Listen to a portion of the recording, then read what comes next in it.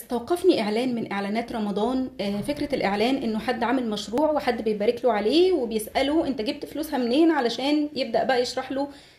خدت كارد من المكان الفلاني ويبدأ بقى يشرح المميزات. لكن السؤال ده وقفت عنده شوية، لأنه من الأسئلة اللي احنا بنسمعها في حياتنا اليومية بشكل مرعب.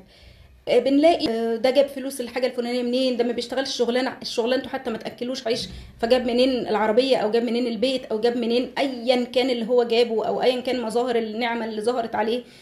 الناس تبدا تسال طب انت هتستفيد ايه لما تسال او تعرف فلان ده جاب الفلوس دي منين، هيفيدك بايه، يعني هيزودك ايه. التطفل من ابشع الصفات اللي ممكن يتصف بيها اي انسان. يعني ركز على نفسك، يعني اتمنى الخير لغيرك وبارك له وكل حاجه وخلاص، وركز على نفسك وركز على اهدافك. انك تتطفل على الناس وتبقى قاعد عايز تعرف اسرارهم واخبارهم وجابوا منين وودوا فين، ده ما بيزيدكش الا حسره، وبيخليك تبعد عن رسالتك وعن اهدافك، بيخليك مشغول بغيرك وما بتعرفش، ما عندكش وقت بقى تنشغل بنفسك. يعني هتنشغل بنفسك امتى وانت مشغول بغيرك وعمال بتسأل هو جابه منين؟